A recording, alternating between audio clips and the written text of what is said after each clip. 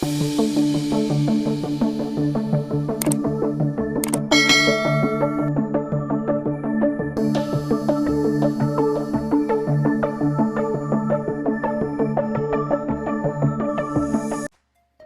tayo magpatuloy, huwag kalimutang mag-subscribe sa aking channel.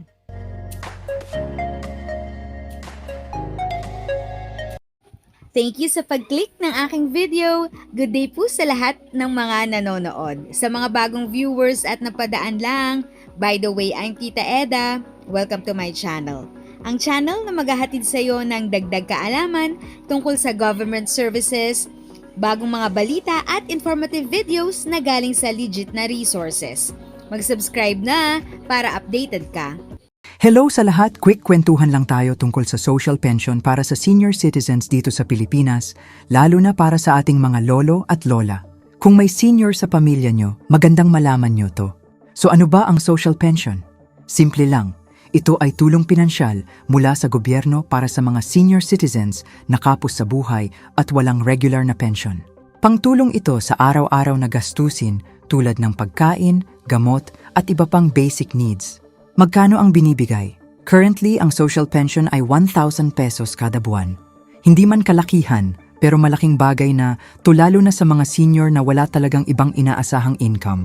Kadalasan, by batch ang payout, depende sa schedule ng DSWD at ng inyong local government.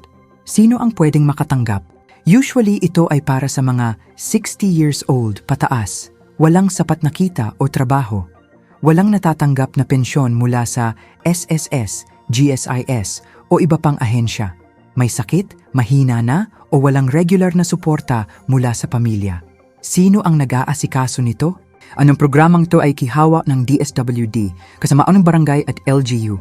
Sila ang nagva-validate kung sino talaga ang qualified para masigurong napupunta ang tulong sa mga talagang nangangailangan. Paano nakukuha ang pensyon? Depende sa lugar nyo. Minsan cash payout, minsan door-to-door, o kaya sa designated payout centers. Bakit mahalaga to? Kasi para sa maraming senior, ito na talaga ang pangbili ng bigas, gamot at pang-araw-araw na kailangan. Maliit man sa iba, pero malaking tulong at ginhawa ito sa kanila. Importanteng paalala lang ha, hindi automatic ang social pension. Kailangan talagang ma-qualify at ma-validate ng DSWD. Kaya kung may lolo o lola kayo sa bahay, best na dumaan sa barangay o sa City Municipal Social Welfare Office para magtanong tungkol sa application at payout schedule. Share nyo to para mas maraming pamilya ang makaalam.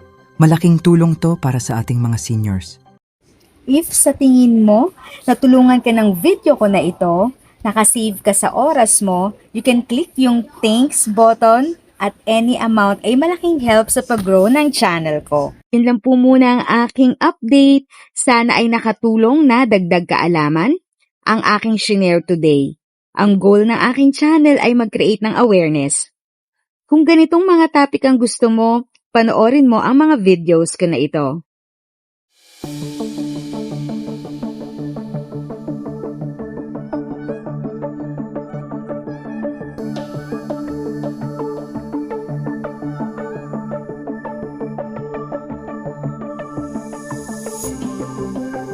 Thanks for watching! Kung may kapamilya, kaibigan o kakilala sa tingin mo ay magiging interesado sa video, please share or tag sila sa comment section.